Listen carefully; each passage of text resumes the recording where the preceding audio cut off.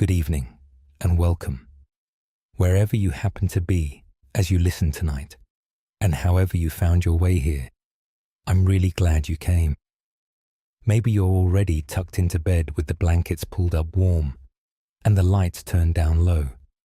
Maybe you're at the end of a long and tiring day, or lying awake somewhere far from home in the quiet hours when most of the world has gone still. Before we begin, I'd love to know one small thing. Where in the world are you listening from tonight? If you feel like it, leave a little note below to say hello and tell us where you are. There's something rather lovely about the thought of so many people, scattered all across the world, quietly settling in to rest at the very same time. And if these calm recordings help you unwind and drift off at the end of the day, a gentle like and a quiet subscribe help this little channel more than you'd think. Now, let me tell you what we're going to do this evening.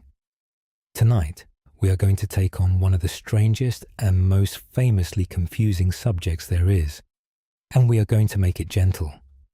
We are going to talk about quantum physics, the science of the very, very small, the rules that the tiniest pieces of the world seem to follow. It has a reputation for being baffling, for tying clever people in knots, for sounding more like a riddle than a science. And it has earned that reputation honestly.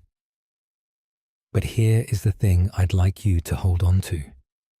Nearly all of the confusion comes from just a handful of baffling ideas, and each one of them, taken slowly and on its own, is something you can actually get a feel for. So tonight, we are going to walk through the confusing things one at a time, unhurried, and let each one settle before we move to the next. There is nothing here you need to work at. There is nothing to study, nothing to memorize, and there is certainly no test at the end. If anything, I hope this feels less like a lesson and more like being told a slow, curious story about how the world is put together at its very smallest. And if you drift off to sleep somewhere in the middle, long before we reach the end, please don't feel you've missed a thing. Drifting off is exactly what this is for. It would be the loveliest possible way to spend the evening. So make yourself as comfortable as you can. Let your shoulders drop, sink a little deeper into the pillow, and let your eyes close whenever they're ready. Take one slow breath in and let it gently out. And let us begin, softly, with the reason all of this feels so strange in the first place. Let us start with the single most important thing to understand about quantum physics.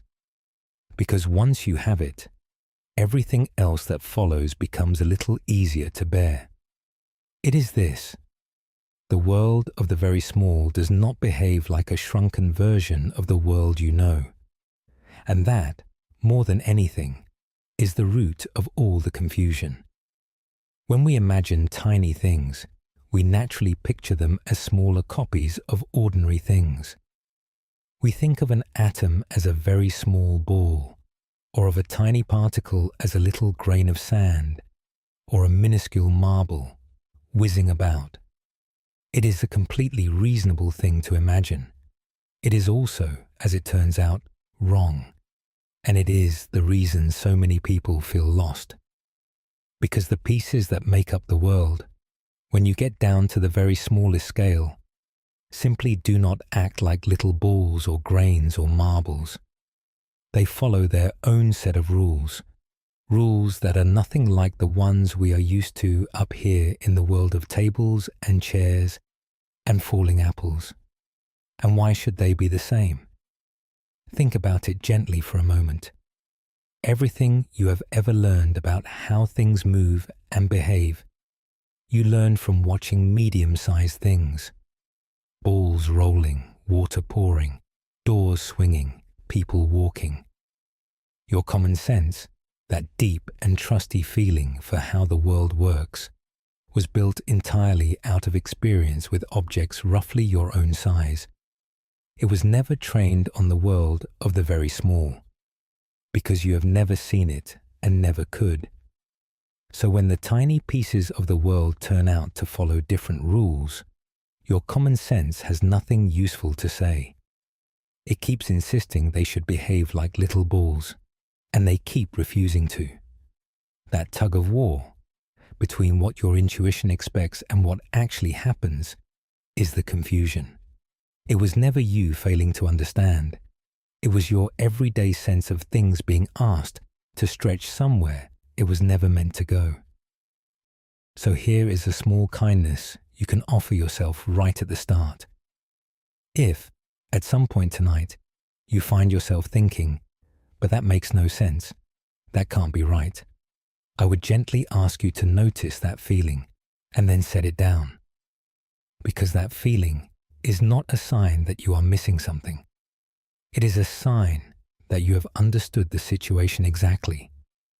The quantum world really does not make sense in the ordinary way. It is not supposed to. Even the physicists who have spent their whole lives working with it will tell you, quite honestly, that no one truly pictures what is going on down there. They have learned to describe it, to predict it with breathtaking accuracy, to build astonishing machines with it, but to picture it, to hold it in the mind the way you can hold a rolling ball, no one can quite do that. And they have made their peace with it. Tonight, so can you. So let go, for the next while, of the need to make it fit. We are not going to force the small world to behave like the big one. We are simply going to look at it, slowly and kindly, and let it be as strange as it is. And you may find that once you stop fighting the strangeness, once you allow it to be a place with its own quiet rules, it becomes not frightening, but rather beautiful. Let us begin then with the very first puzzle anyone ever noticed, the puzzle that started the whole adventure. The simple question of what light and everything else is actually made of. Before we go any further, let us take a slow moment to feel just how small the small world really is, because the sheer scale of it is part of what makes it so hard to picture, and there is a quiet wonder in it worth pausing over. Everything around you, and everything that is you, is built out of tiny pieces called atoms.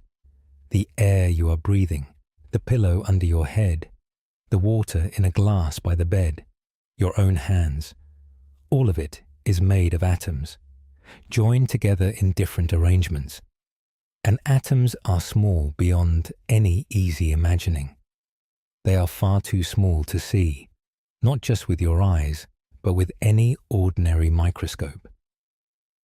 To give you some feeling for it, if you took a single strand of hair from your head and looked at its width, you could lay something like several 100,000 atoms side by side across that tiny distance. In a single glass of water, there are far more atoms than there are stars in the entire visible universe. They really are that small and that many. And here is the first surprising thing about an atom, before we even get to the strangeness. An atom is itself almost entirely empty space. Picture an atom as having a tiny, dense center, with an even smaller haze of lighter pieces drifting far out around it. But the distances involved are astonishing. If you were to make the center of an atom the size of a small marble and set it down in the middle of a great sports stadium, then the outer edge of the atom would be somewhere up in the very highest seats, and everything in between, the whole vast bowl of the stadium, would be empty. That is what an atom is like, a speck at the center, a faint drifting haze far away, and a great deal of nothing in between. Now let that settle for a moment, because it has a rather astonishing consequence. If atoms are almost entirely empty space, and everything is made of atoms, then everything is almost entirely empty space. You are almost entirely empty space. The chair you may be sitting on, the solid floor, the wall, all of it is very nearly nothing at all. just tiny specks held far apart. The solidity you feel, the firmness of the floor and the table, is not really the tiny pieces touching one another at all. It is the pushing of invisible forces between them, holding them apart, so that when your hand rests on a table, you are not truly touching it in the way you imagine. You are being held a whisper away by forces you cannot see. The whole solid, reassuring world is, at bottom, a scaffolding of forces strung between tiny specks in a great deal of empty room. And it is down in that almost empty smallness, among those tiny specks and hazes, that all the strange rules we are about to explore hold sway. It is worth knowing, before we meet these puzzles one by one, that nobody went looking for them. No one sat down and decided the world ought to be baffling. Quite the opposite. The strangeness was forced upon a generation of reluctant, sensible people who wanted nothing more than for the world to stay orderly and clear. And I think that is a rather comforting thing to know. If the cleverest physicists of their day fought against these ideas and only accepted them because the evidence left them no choice, then you are in excellent company if you find them hard to swallow. Cast your mind back a little over 100 years. At that time, many physicists felt that their work was very nearly finished. The great laws describing how things move, how heat flows, how light and magnetism behave, all seemed to be in place and working beautifully. There was a widespread feeling that the big picture was essentially complete, and that only a few small details remained to be tidied up. A couple of little loose ends, nothing more. And then those few little loose ends, when anyone tugged on them, quietly unraveled the entire tapestry. Let me tell you about one of those loose ends, because it is the one that gave the whole subject its name. It had to do with something wonderfully ordinary, the glow of a hot object. You know that when things get hot enough, they glow. An ember, a coal, the filament in an old lamp, shifting from dull red to bright orange to white as they get hotter. Physicists tried to use their trusted, settled rules to describe exactly how a hot object should glow, how much light it should give off at each color. And the answer their old rules gave was not just a little wrong. It was catastrophically, absurdly wrong. The old physics insisted that any warm object should be pouring out endless floods of light at the blue and violet end and beyond, in impossible, infinite amounts, which is plainly nonsense. When you open a warm oven, you are not blasted by a lethal burst of light, but the equations would not behave.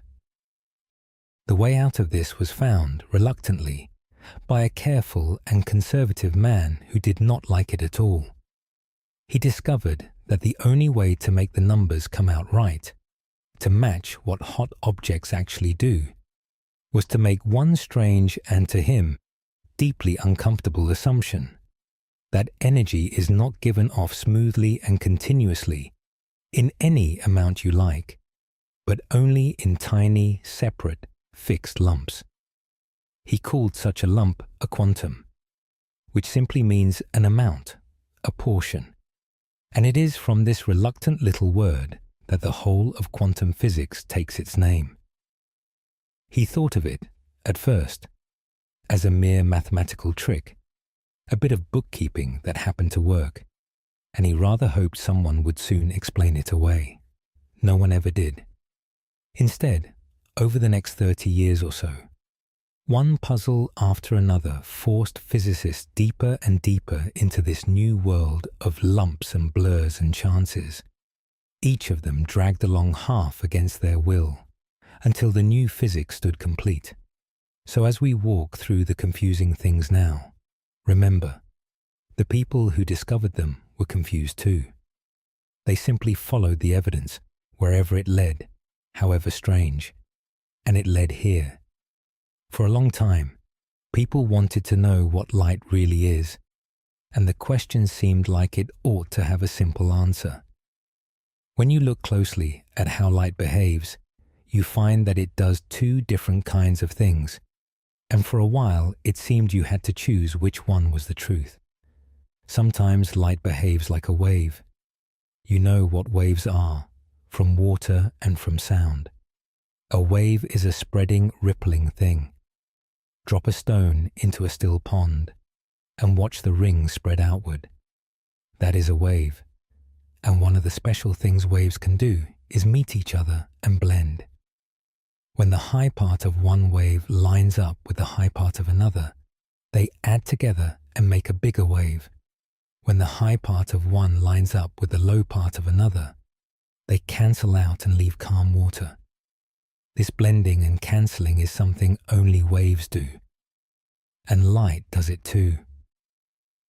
Shine light through the right sort of narrow openings, and you will see bright bands and dark bands, places where the light has added to itself and places where it has cancelled itself out. That is wave behavior, plain as day. So for a good while, people were quite sure light is a wave. But then light turned around and did something a wave should never do. It turned out that light also comes in tiny, separate pieces, little packets of energy delivered one at a time. When light lands on certain metals, it can knock tiny pieces loose. And the way it does this only makes sense if the light is arriving. Not as a smooth, continuous wave, but as a stream of separate little bundles, almost like a spray of tiny pellets, each one carrying a fixed amount of energy. Dim the light, and you do not get a gentler, weaker wave. You get fewer of these little bundles, arriving less often, but each one still just as it was. That is not wave behavior at all.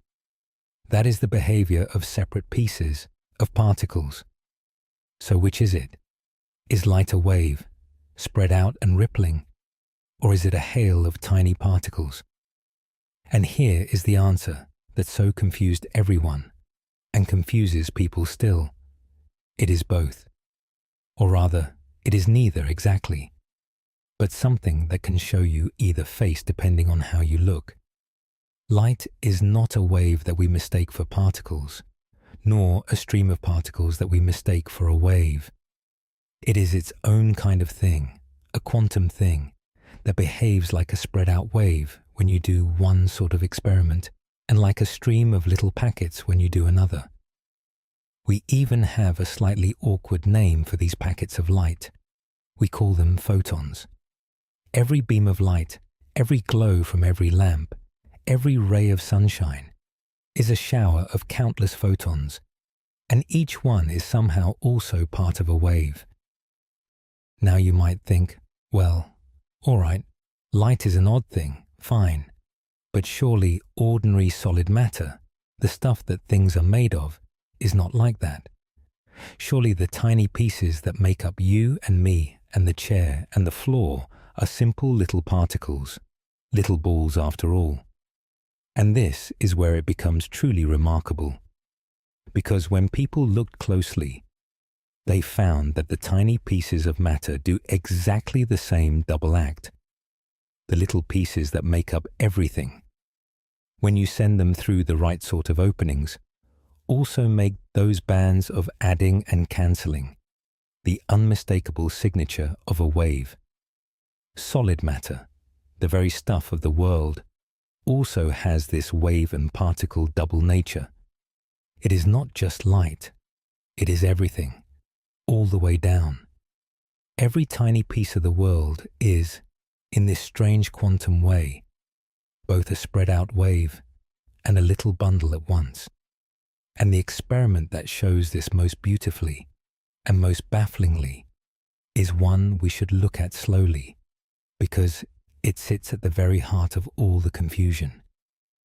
There is one experiment that comes up again and again whenever people talk about quantum physics, because it holds so much of the strangeness in one simple picture.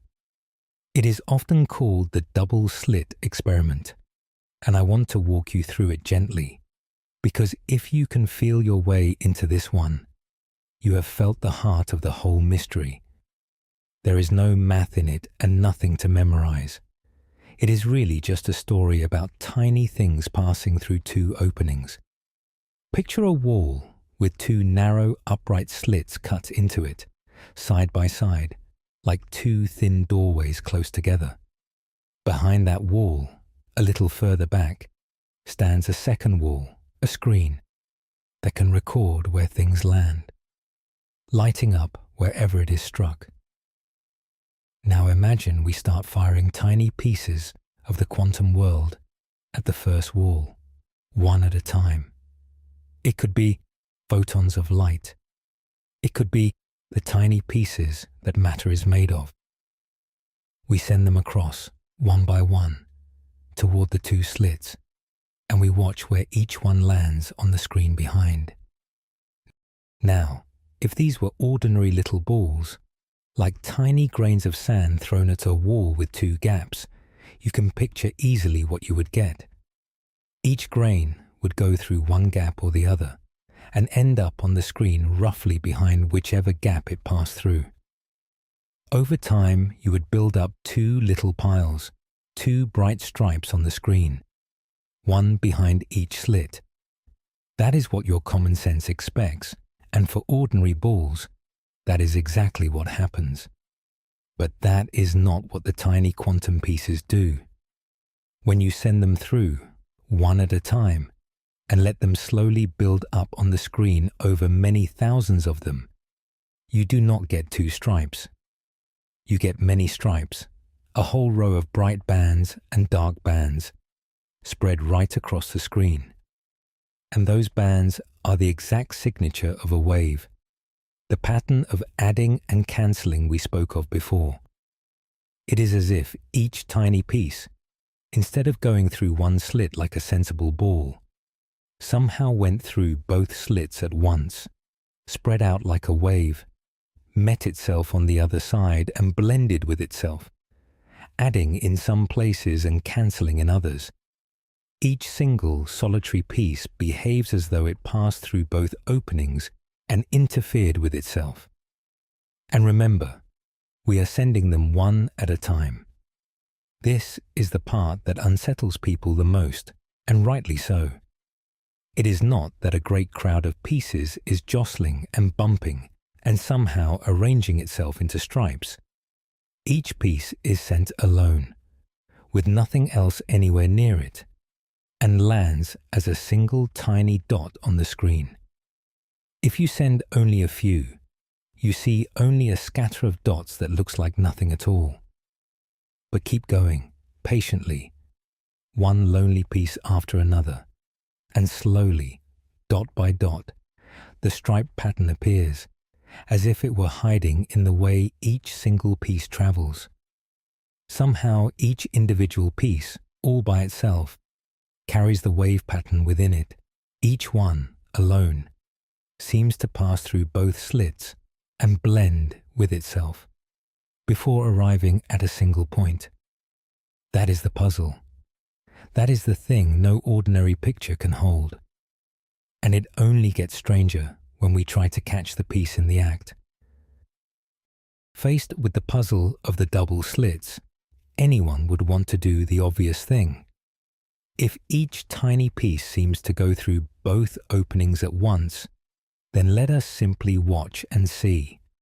Let us set up a little detector at the slits, some small device that can quietly notice which of the two openings each piece actually goes through, and settle the matter once and for all. It sounds so reasonable. And when you do it, the quantum world plays its strangest trick of all. Because the moment you watch, the moment you set up any device that can reliably tell which slit each piece went through, the striped pattern on the screen vanishes. It simply disappears. Instead of the many bands of a wave adding and cancelling, you get the two plain stripes you would expect from ordinary little balls, one behind each slit. When you are not looking, each piece behaves like a spread-out wave passing through both slits. But the instant you look closely enough to catch it in the act, it stops doing that and behaves like a simple particle going through one slit or the other. The very act of finding out which way it went changes what it does.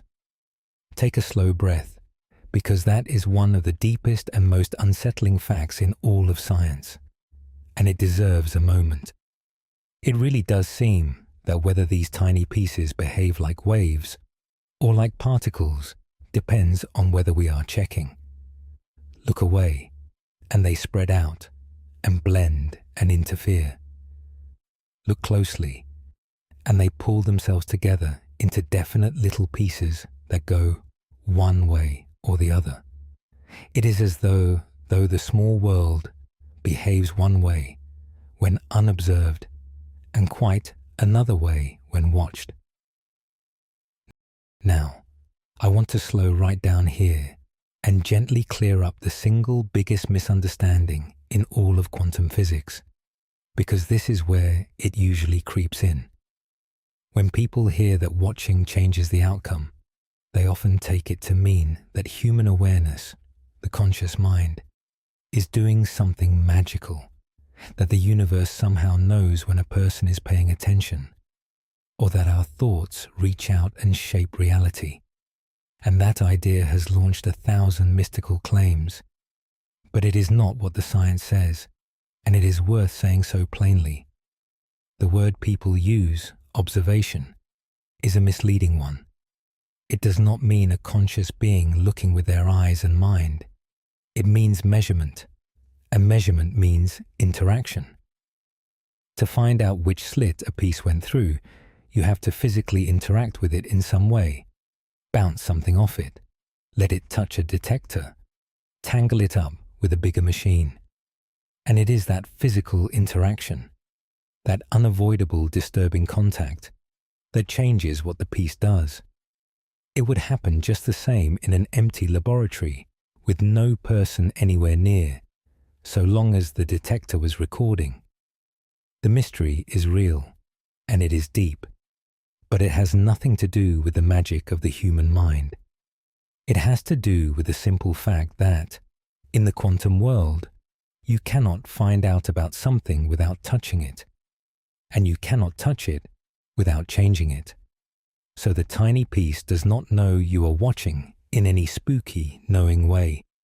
It is simply that the only way to gain the information is to interfere, and interfering is enough to break the fragile wave behavior and force the piece to act like a definite particle. Hold on to that, because it clears away a great deal of nonsense.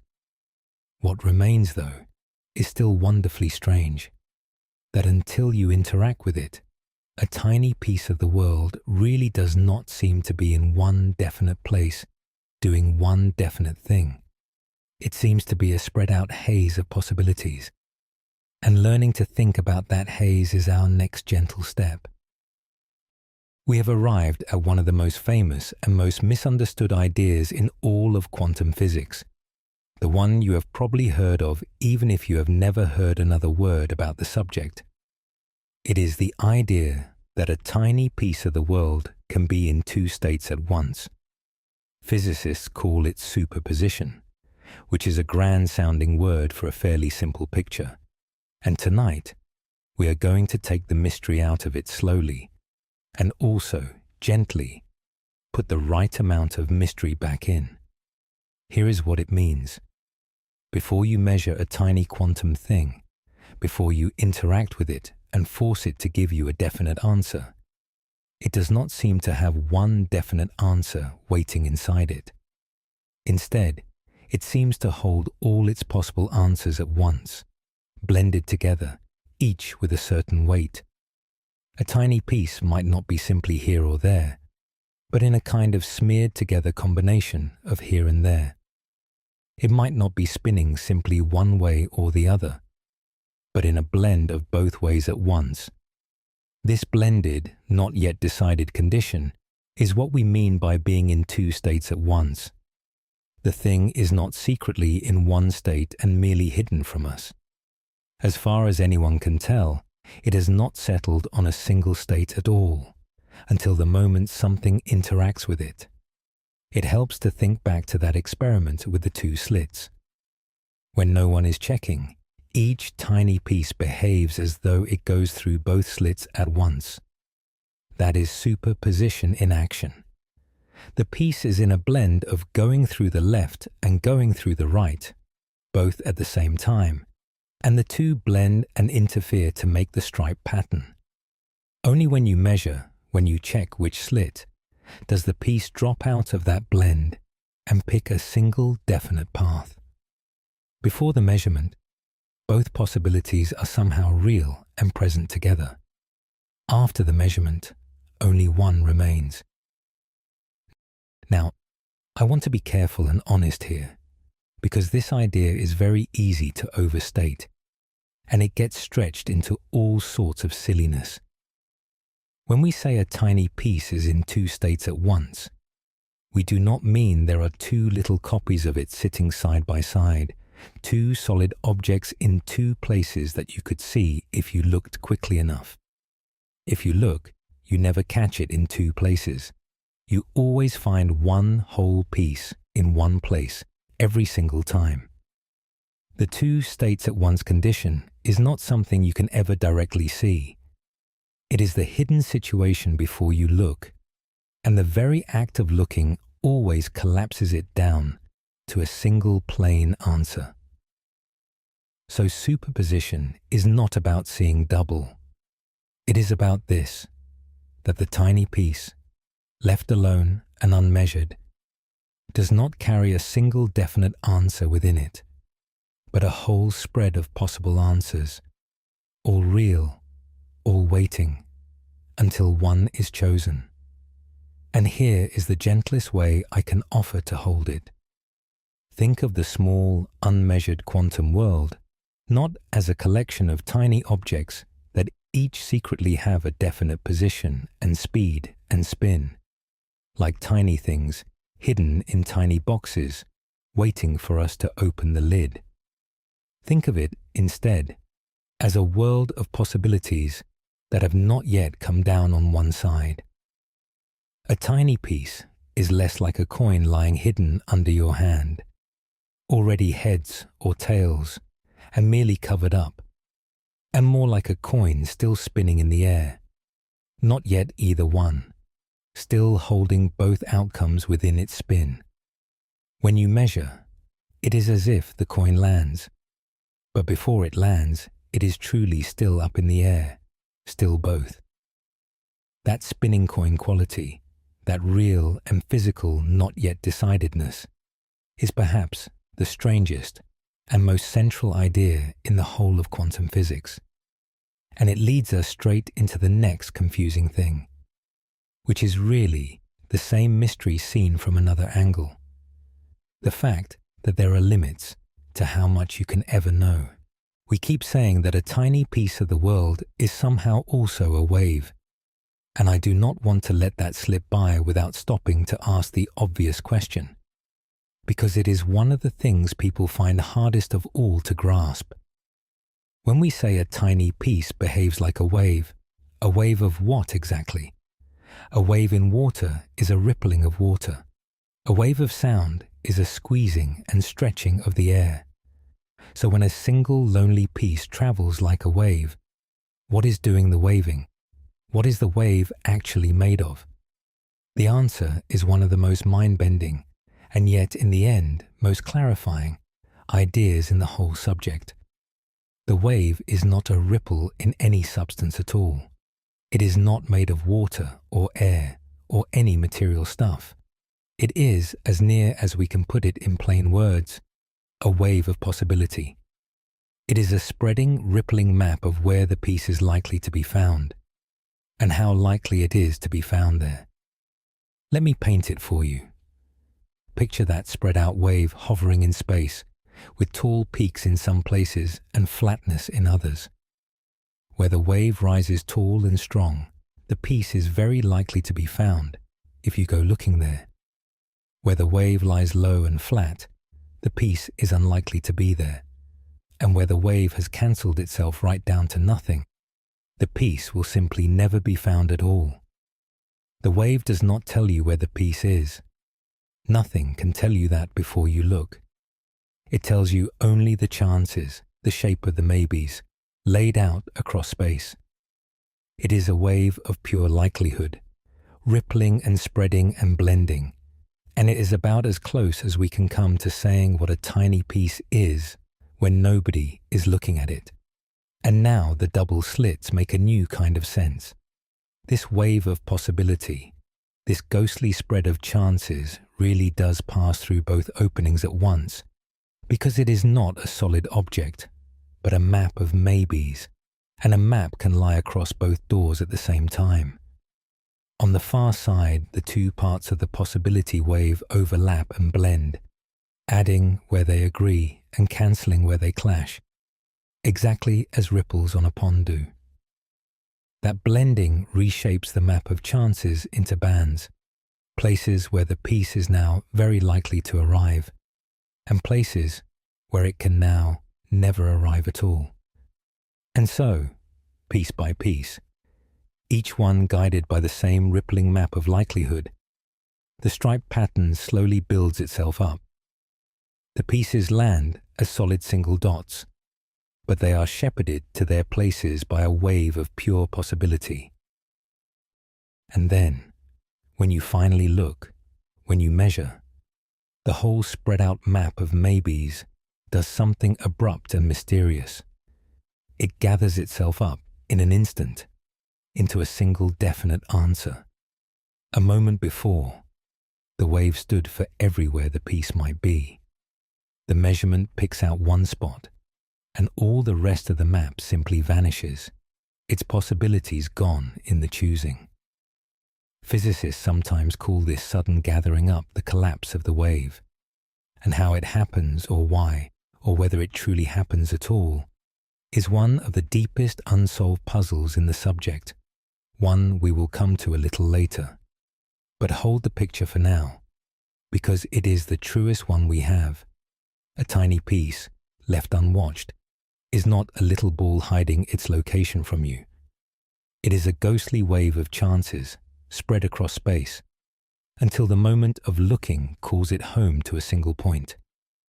There is a famous rule in quantum physics, one you may have heard named after the man who discovered it, that says there are certain pairs of things about a tiny piece of the world that you can never both know exactly at the same time.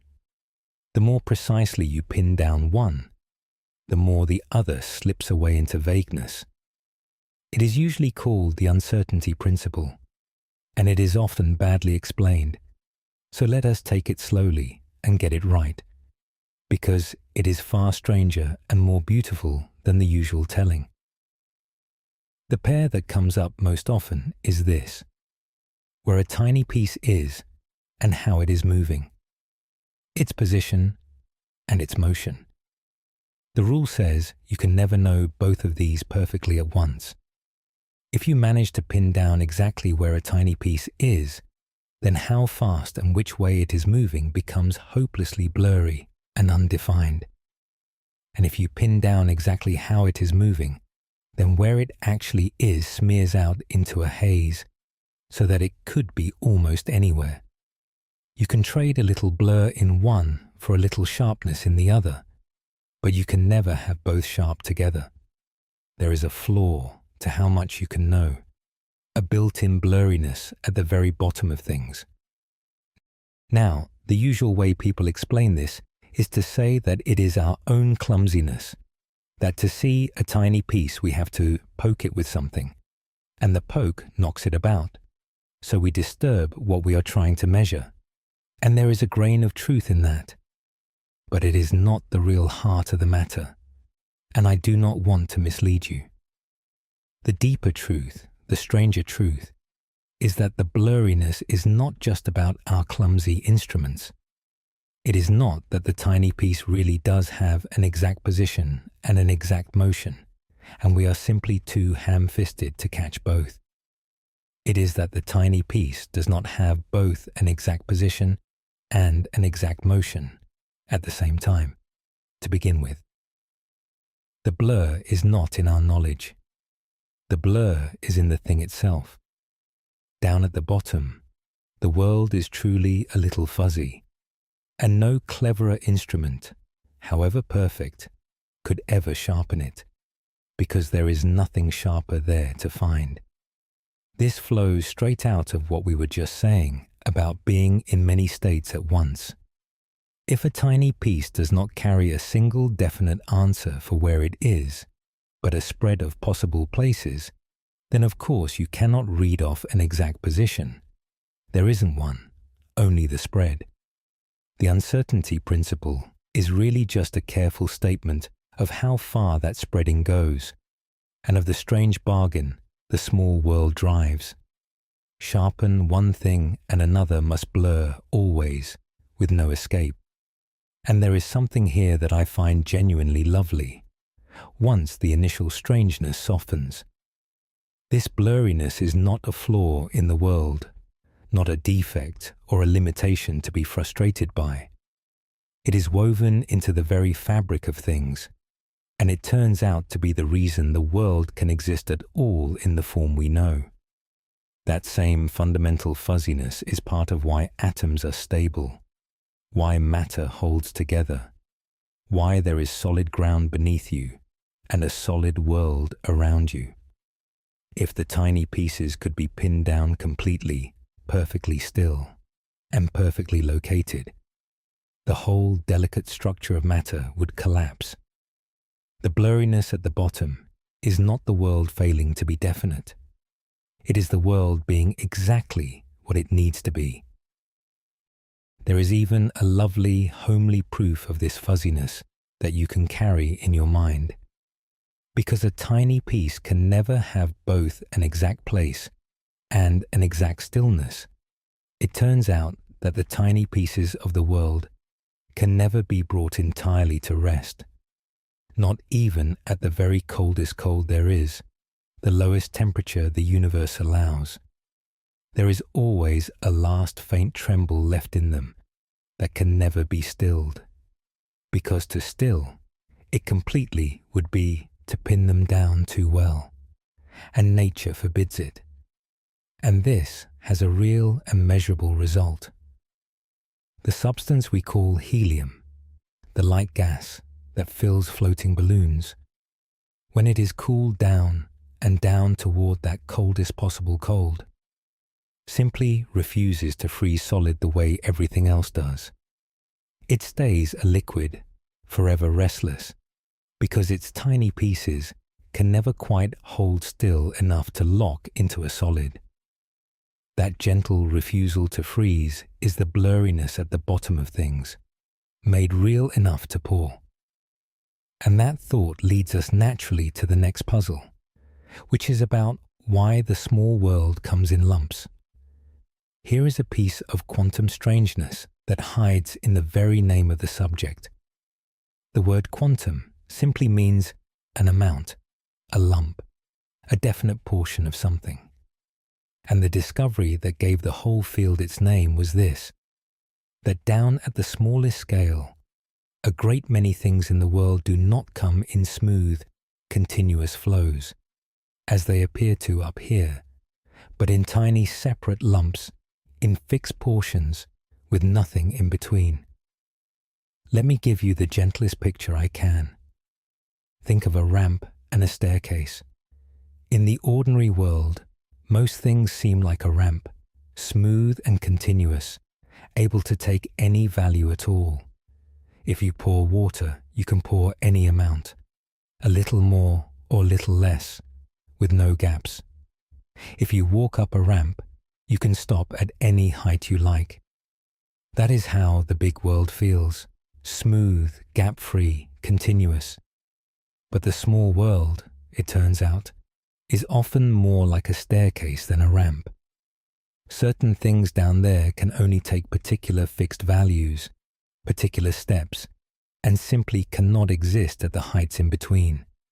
A tiny piece can be on this step or that step, but never hovering halfway between two steps, because those in-between places are not allowed to exist at all. The clearest and most important example lives inside every atom. An atom, in the simple picture we often paint, has tiny pieces arranged around a small, dense center. And those pieces can only sit at certain particular distances, certain fixed levels, like the steps of a staircase, never in between. When one of them moves from a higher step to a lower step, it does not slide smoothly down. It simply vanishes from the one and appears on the other, all at once, and releases a single little packet of light, a photon, carrying exactly the energy of the gap it jumped. This is the real meaning of a phrase you have surely heard tossed around, a quantum leap. In everyday speech, people use it to mean a great enormous change, which is rather funny, because a real quantum leap is the tiniest jump there is. One tiny piece hopping from one step to the very next, in the smallest change the world allows. There is no such thing as half a step. The leap is all or nothing. And this lumpiness is not some obscure technical detail. It is the reason the world has the character it has. Because each kind of atom has its own particular staircase, its own unique set of steps, the little packets of light it gives off have their own particular energies, and so its own particular colors. That is why the different substances of the world glow in their own distinct colors when heated, why a sodium street lamp is orange and a neon sign is red. Each is the fingerprint of a particular staircase of steps inside a particular kind of atom. We can even read the light of distant stars this way and know what they are made of, purely from the colors they shine, purely from reading the lumps. The whole rich, colored world is built out of these tiny, fixed portions, these steps that forbid the spaces in between. And once you accept that the small world comes in lumps and steps, that it is grainy rather than smooth, you are ready for one of the most delightful consequences of all, a consequence that sounds impossible and is nonetheless completely real, and is happening inside the sun at this very moment. The strange fact that tiny pieces can pass straight through walls that ought to stop them cold. Imagine you are rolling a ball up a hill. If you give it a good, strong push, it rolls up and over the top and down the other side. If you give it only a weak push, it rolls partway up, slows, stops, and rolls back down to you. It cannot get to the other side.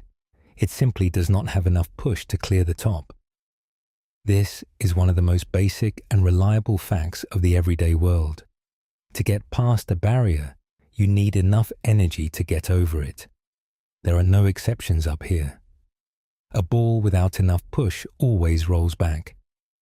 But down in the quantum world, there is an exception, and it is a wonderful one.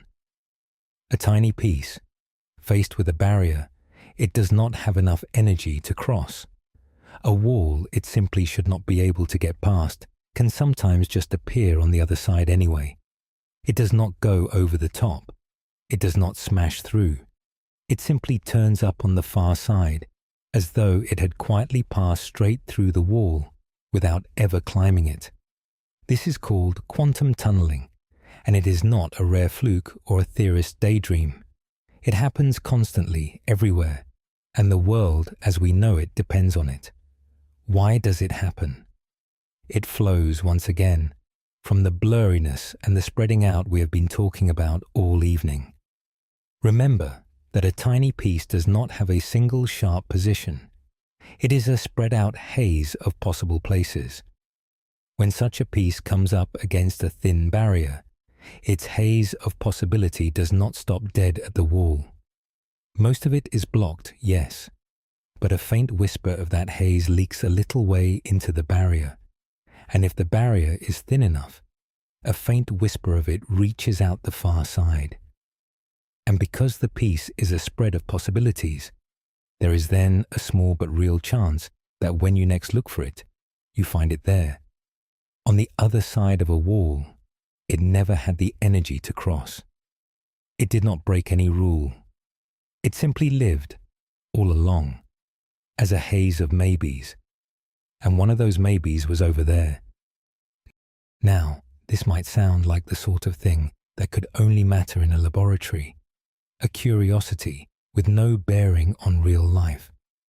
But hold on to something warm, because quantum tunneling is, quite literally, the reason the sun shines, and the reason you are alive to hear this.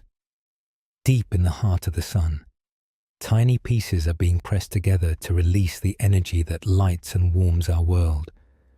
But they push each other away fiercely, and even in that unimaginable heat and pressure, they do not quite have enough energy to get close enough to join, the way a weak push cannot get the ball over the hill. By every ordinary reckoning, the sun should not be able to burn, and yet it burns, because now and then, thanks to tunneling, those tiny pieces pass straight through the barrier between them that they could never climb, and join, and release their light. Every ray of sunshine that has ever warmed your face reached you because tiny pieces, deep in the sun, walked through walls. And this same gentle trick is at work in machines all around you, in the memory chips that hold your photographs, in the finest microscopes we have ever built. Passing through walls is not science fiction. It is Tuesday for the very small. We come now to what is perhaps the most unsettling of all the strange things, the one that troubled even the greatest minds and that still has the power to make a person's head swim. It is a kind of connection that can exist between two tiny pieces of the world, a connection so peculiar that one of the founders of the whole subject called it, with obvious discomfort, spooky. Tonight, it is usually called entanglement, and we are going to take it very slowly, and, importantly, we are going to clear away the false version of it that has misled so many people. Here is what can happen. Two tiny pieces can be created together or brought together in such a way that their fates become linked. From that moment on, they are described as a single shared situation rather than two separate ones. And then you can carry them far apart, as far as you like, to opposite ends of a room, or a country, or in principle, opposite ends of the galaxy. They remain linked. And here is the strange part.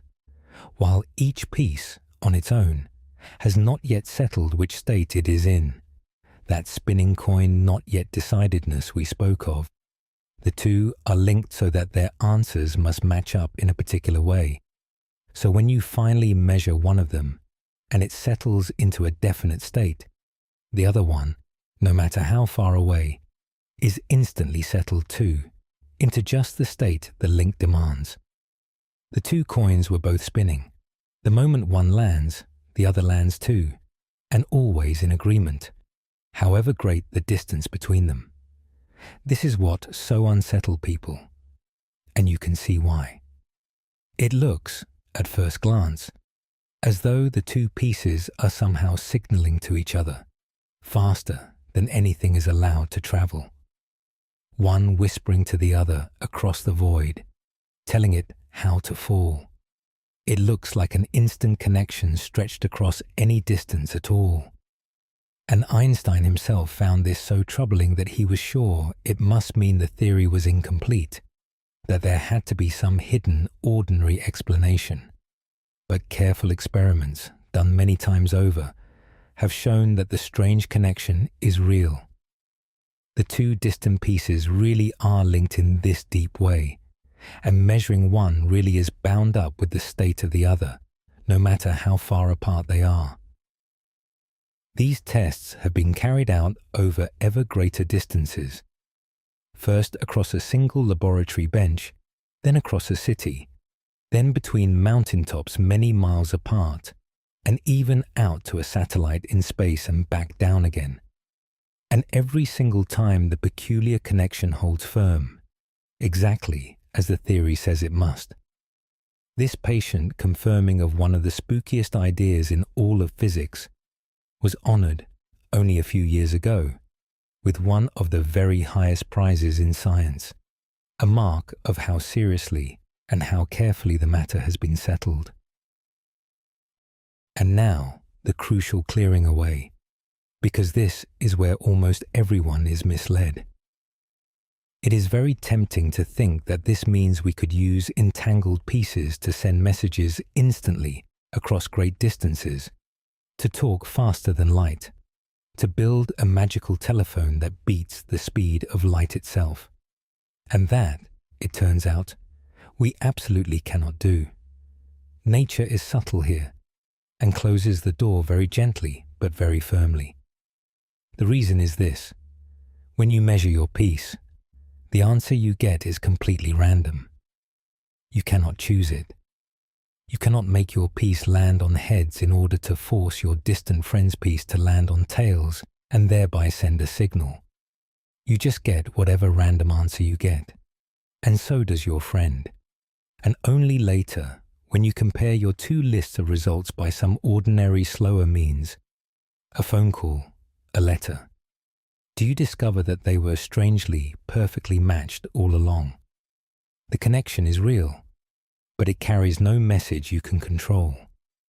So there is no faster-than-light telephone, no way to use this to send a single word quicker than light could carry it. The universe permits this deep hidden linking, but it does not permit you to send a signal with it. That balance, that the connection is real, and yet useless for sending messages, is one of the most delicate and beautiful facts in all of physics, and it is worth resting in for a moment before we move on. There is a thread that has been running quietly through everything we have said tonight, and now it is time to pull on it gently and look at it directly, because it is one of the hardest things of all to accept. It is this: at the deepest level, the quantum world does not deal in certainties. It deals in chances. It does not tell you what will happen. It only tells you how likely each possible thing is to happen. The world, at the bottom, runs on maybe.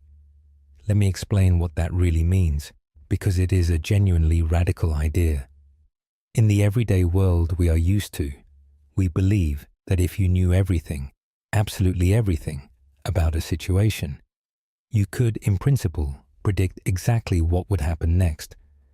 If you knew the exact push on a ball, the exact slope of the ground, the exact everything, you could say precisely where the ball would end up. Nothing is truly random, we tend to think. Things only look random when we are missing some of the details. Randomness, in the ordinary view, is just a name for our own ignorance. But the quantum world appears not to work that way, and this is one of the most carefully tested and deeply strange findings in all of science. Down at the bottom, even if you knew everything there is to know about a tiny piece, everything nature will allow you to know, you still could not predict with certainty what it will do when you measure it. You could only give the odds. This particular piece has, say, a certain chance of being found here, and a certain chance of being found there, and which one actually happens, when you look, appears to be truly random. Not random because we are ignorant, but random in itself, decided by nothing at all that came before. The same tiny piece, prepared in exactly the same way, measured in exactly the same way, can give different answers on different tries, with no hidden reason for the difference. The randomness seems to go all the way down, and to be woven into the fabric of things. The clearest example of this, and one you may have heard of, lives in certain unstable atoms, the kind we call radioactive.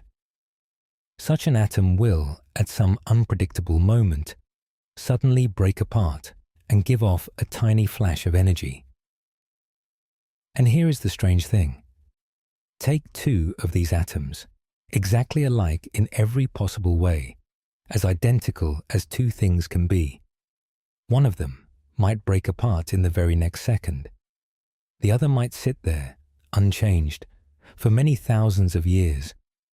And there is nothing whatsoever, no hidden difference between them, no inner countdown, no secret cause, that decides which one goes early and which one waits. Given a great pile of such atoms, we can say with wonderful precision what fraction will have broken apart after any given stretch of time. The crowd behaves with perfect statistical regularity, but which particular atom breaks, and exactly when, is simply not decided by anything at all, until it happens. It is pure chance, made solid enough to tick on a detector. That is quantum randomness you can almost hold in your hand. This was the feature that the great Einstein could never bring himself to accept, and his discomfort has become famous. He felt deep in his bones that a proper account of the world should not rest on pure chance, that beneath the apparent randomness, there simply had to be some hidden clockwork we had not yet found, quietly determining each outcome. He expressed this in one of the most quoted sentiments in all of science, by saying that he could not believe that the divine would play at dice with the universe. He wanted a world of certainty underneath, and he searched for it for the rest of his life. And yet, as far as anyone has ever been able to tell, the dice are real. Every experiment ever done says that the randomness is not covering up a hidden certainty.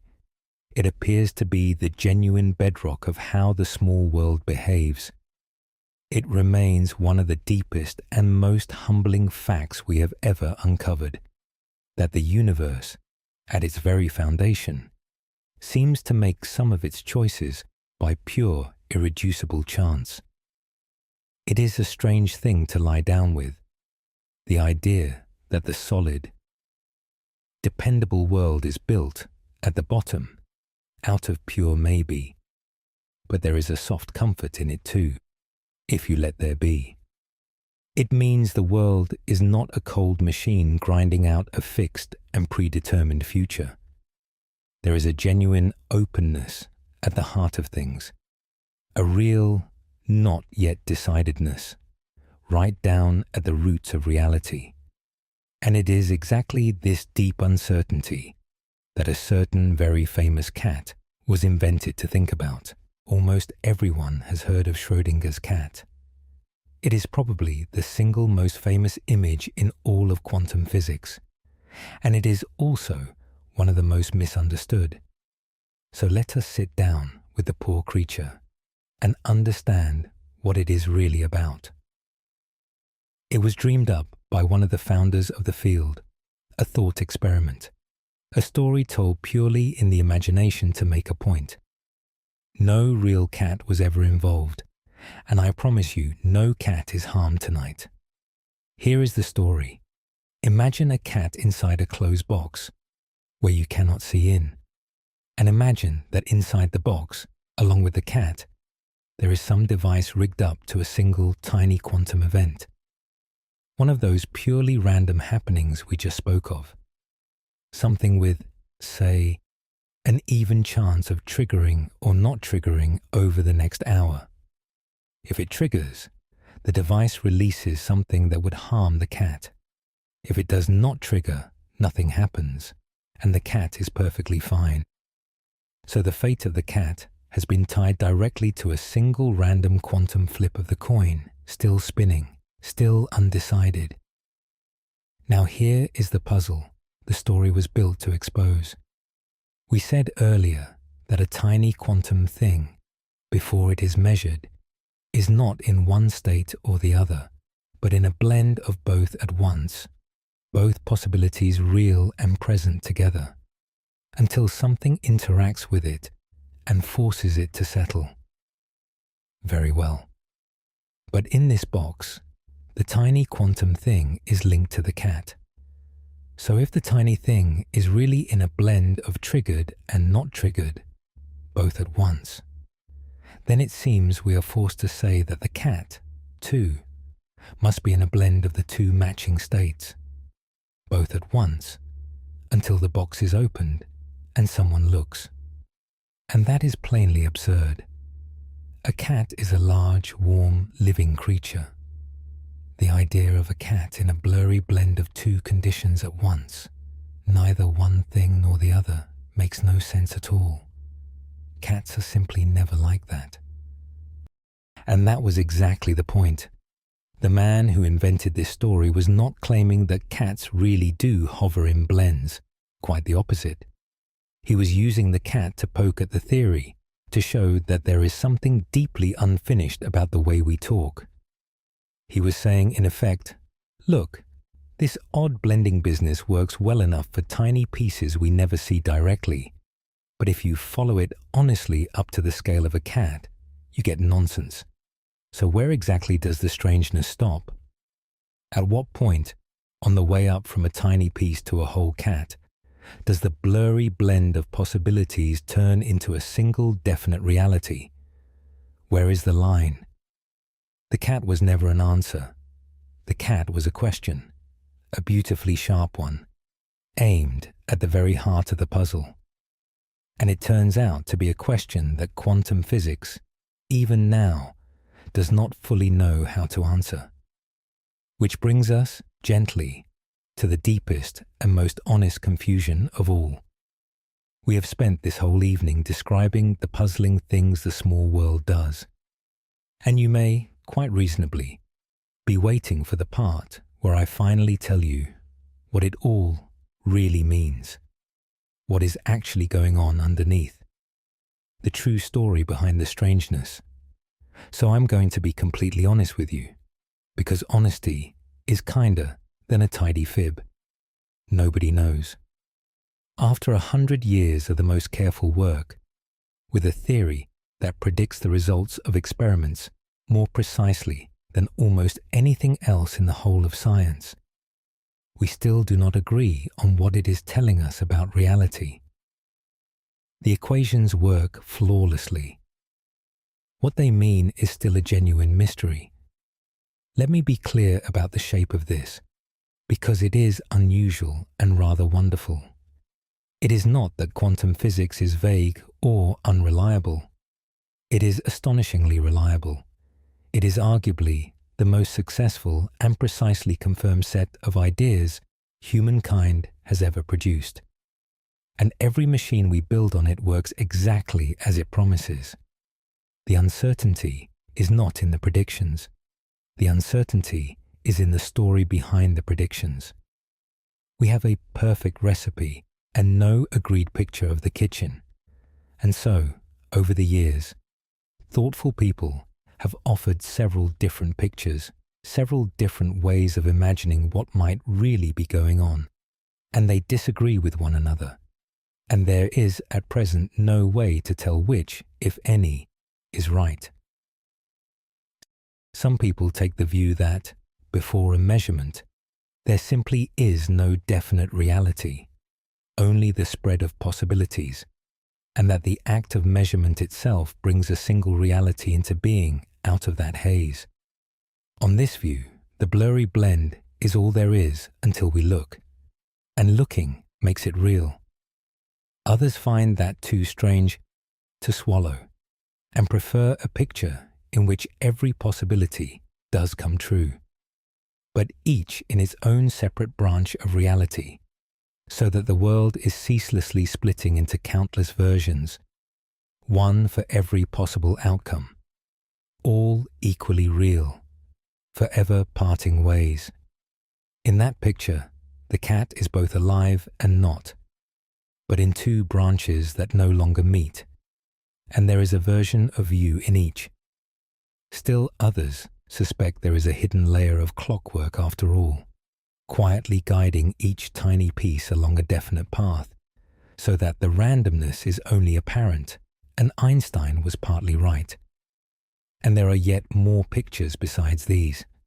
I'm not going to tell you which of these to believe, because the honest truth is that no one can yet say, and anyone who tells you the matter is settled is telling you more than we know. These are not childish confusions waiting to be cleared up by a clever teacher. They are live and serious questions, argued over by the most careful minds we have, still open after a century. And I find there is something oddly restful in that, rather than frustrating. We so rarely allow ourselves to simply not know a thing. But here is one of the grandest questions there is, right at the root of reality, and the honest and grown-up answer, for now, is that it remains a beautiful open mystery. You're allowed to lie here in the dark and simply wonder at it, with no obligation to solve it. It is all right not to know. Even the wisest among us do not. There is one loose thread I would like to gently tie up before we come to rest, because it may have been quietly nagging at you all evening. If the tiny pieces that make up everything are such strange, blurry, spread out, undecided things, doing all these impossible-sounding tricks, then why does the ordinary world around you look so calm and solid and dependable? Why does your teacup stay firmly in one place instead of spreading into a haze? Why does a chair never tunnel through the floor? Why do the large things of the world never seem to be in two states at once? If everything is made of quantum weirdness, where does the strangeness go? It is a very good question, and the answer is rather satisfying. These quantum behaviors, the blending and the spreading, and the being in two states at once, are extraordinarily delicate. They are like the most fragile thing you can imagine, a soap bubble, a spider's thread, a held breath, and they survive only in near-perfect isolation and quiet. The moment a tiny piece in one of these delicate blended states so much as brushes against the busy, bustling, warm world around it, the moment it bumps into other pieces, or feels the jostling of heat, or interacts with anything at all, the delicate blend is spoiled almost instantly, and the piece is forced to settle into ordinary definite behavior. This spoiling of the quantum strangeness by contact with the surrounding world has a name. It is often called decoherence, and it happens for anything larger than the very smallest scale, with almost unbelievable speed.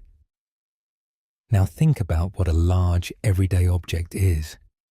Your teacup is made of a staggering number of tiny pieces, all packed tightly together, all constantly touching and jostling one another, all bathed in warmth and light, endlessly interacting with the whole world around them. In a crowd like that, the fragile quantum blends are spoiled the very instant they might form, over and over, faster than thought, so continuously that they never get the chance to show themselves at all. The strangeness is not absent from your teacup. It is being erased so fast and so constantly by all that jostling and touching that the cup can only ever behave in the plain, solid, definite way we see. The quantum weirdness is drowned out by the sheer busy togetherness of all those pieces, so the two worlds are not really two worlds at all. The everyday world is made entirely of the quantum world. It simply hides its strangeness through sheer crowdedness and warmth and constant contact. To coax it into view, you have to go to great lengths, to isolate a tiny piece, to cool it, to shield it, to keep it utterly alone and undisturbed, and only then does it reveal its delicate quantum nature. Left in the busy, warm crowd of ordinary life, it behaves itself perfectly, and the world stays solid and calm and reliable, just as you have always found it. Your teacup is safe. The floor will hold. The strangeness is real, but it is gentle enough and shy enough to leave the ordinary world in peace. There is one more thing you have surely heard of that causes a great deal of confusion and a great deal of overexcited talk. And this is a good moment to make gentle sense of it, because it grows directly out of everything we have just been saying. I mean the quantum computer.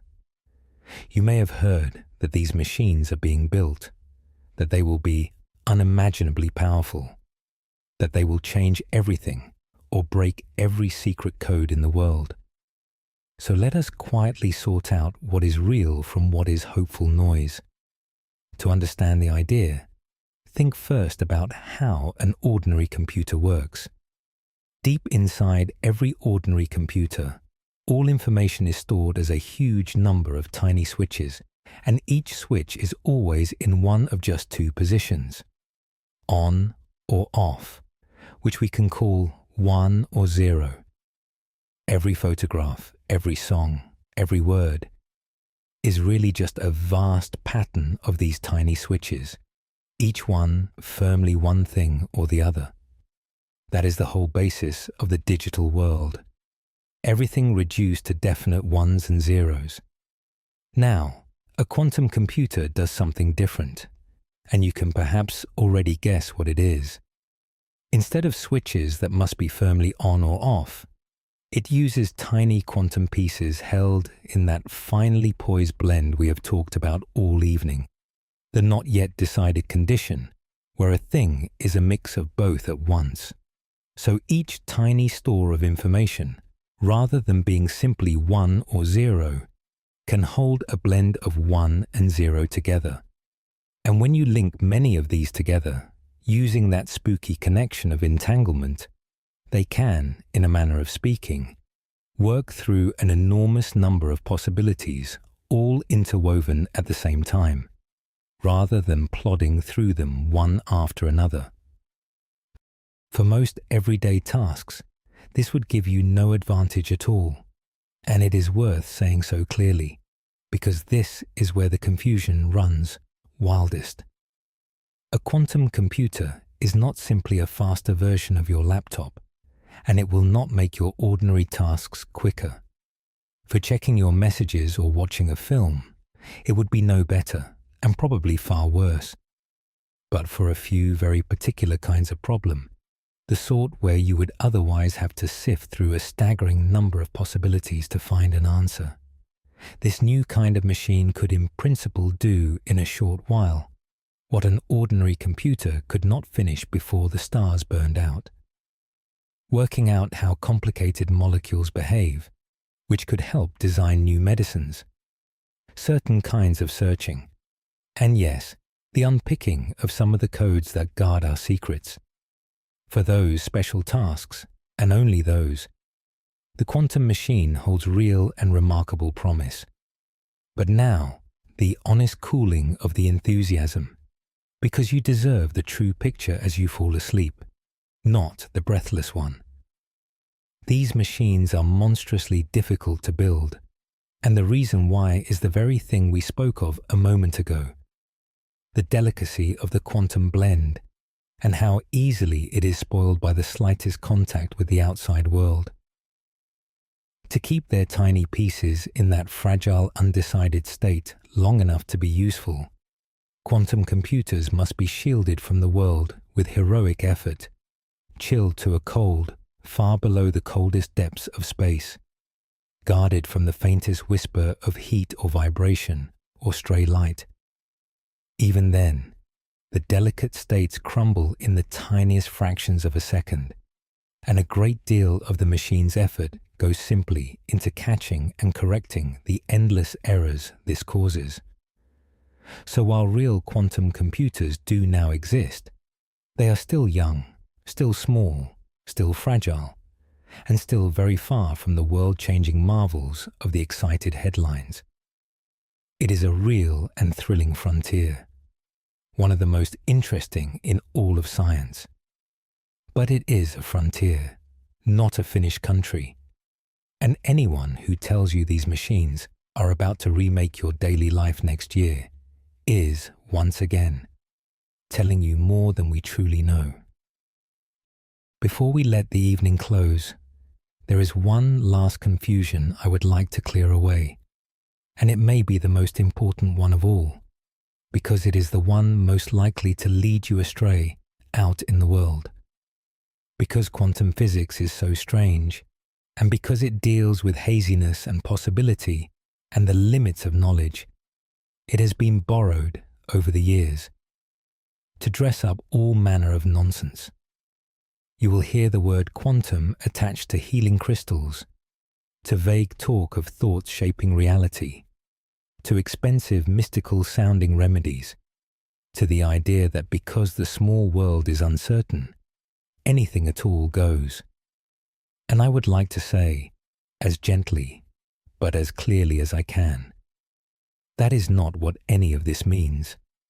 Quantum physics is not a license to believe whatever you wish. It is very nearly the opposite. It is one of the most precise, most disciplined, most ruthlessly tested bodies of knowledge that human beings have ever built. Its predictions have been checked against reality to a staggering number of decimal places, matching what we measure more closely than almost any other idea in all of science. It is strange, yes, but strange in exact, lawful, dependable ways.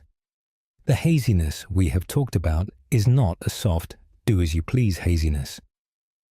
It is a precisely described haziness, hedged about with firm rules, rules so reliable that we bet the modern world on them every single day. Being uncertain about where a tiny piece is does not mean anything is possible. It means something very specific and very well understood is the case. And here is the part that I think is genuinely wonderful, and that ought to lay the mystical misuse to rest for good. This strange, hazy, counterintuitive science is not some faraway abstraction with no bearing on real life. It is quietly running your entire world, right now, tonight. The screen or speaker you are hearing this through works because we understand the quantum behavior of tiny pieces inside solid materials. Every computer chip in the world, in every phone and every device, is built directly on these rules. The steady light of the lamp you may have glowing softly nearby, the beams that carry your voice and your messages as pulses of light along thin glass threads beneath the oceans, the machines in hospitals that let doctors see inside the body without a single cut. All of these were designed using exactly the strange ideas we have wandered through tonight. Quantum physics is not a mystical rumor. It is the most successful practical science we have, and you are surrounded by its fruits at every moment. Far from being a doorway to magic, it is the firm and tested ground beneath a great deal of the modern world. So hold both of these truths together, gently, as you drift towards sleep. The quantum world is deeply strange, stranger than anything your everyday sense was built to grasp, and much about it remains a real and open mystery. And at the very same time, it is real and lawful and precise and useful beyond measure, the very opposite of empty magic. It is one of the finest things our species has ever figured out, and it is humming away quietly in the walls and the wires and the stars, whether we understand what it means or not. And so we come, gently, to the end of our slow walk through the confusing things. We have looked at waves that are also particles, and particles that are also waves. We have watched tiny pieces pass through two doors at once, and then straighten up and behave the moment they are watched. We have met the spread of possibilities that has not yet come down on one side, the blurriness woven into the bottom of things, the world that comes in lumps, the pieces that walk through walls, the spooky connection across any distance, the deep dice roll of pure chance, the famous cat, the honest not knowing, and the shyness that keeps all this hidden from ordinary life. That is a great deal of strangeness for one quiet evening, and if much of it has slipped past you into sleep, that is perfectly all right. it will keep. If there is one thing I would like you to carry away from tonight, once all the details have faded, it is simply this: that being confused by quantum physics is not a failure. It is the correct and honest response of a mind built for the ordinary world, meeting a world that runs on entirely different rules. The confusion you may have felt tonight is the very same confusion felt by the greatest minds who ever studied this, and they never fully shook it off either. To feel that quiet bafflement is to be in the very best of company. You have not misunderstood.